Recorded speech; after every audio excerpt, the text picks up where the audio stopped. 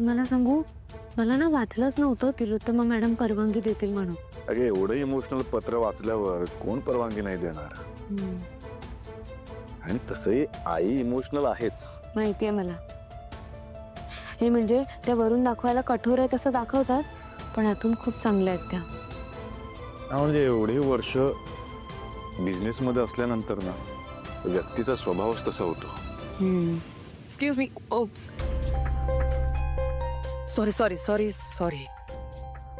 मी disturb केलं का तुम्हाला? मी नंतर येते हवं तर. नाही नाही, या ना.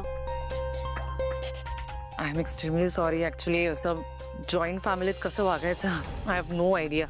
सावली, तुला शिकवावं लागेल मला. नाही, असं काही नाहीये. आणि शिवाय तिलोत्तमा मॅडमने तुम्हाला सांगितलंय ना, आपलं घर समजून राहा. आय नो, म्हणूनच जरा बेटर वाटतंय. ॲक्च्युली इतकी वर्ष एकटीच राहिले ना मी, सो त्याची सवय झाली आहे, म्हणून अशीच वावरत असते. इतकी माणसं अशी एकत्र घरात असल्यावर कसं वागायचं, इनफॅक्ट काय बोलायचं मला तर काहीच कळत नाही. So sorry. By the way, I forgot to tell you, Amrita शोधत होती तुला. आय थिंक काहीतरी काम आहे तिचं. होय देवा, त्या बिचारे एकट्याच आवरत बसल्या असते. मी पण ना गप्पा मारत बसले. मी आलेच. या शप.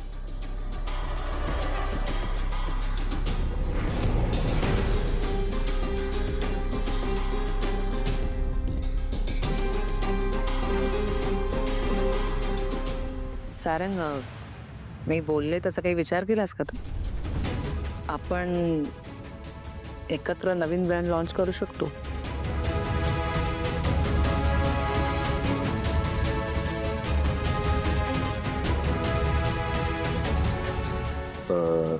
ऍक्च्युली करायला काही हरकत नाही, पण मला असं वाटतं की आपल्याच कंपन्यांमध्ये आपण स्पर्धा का करायची ना. Not really.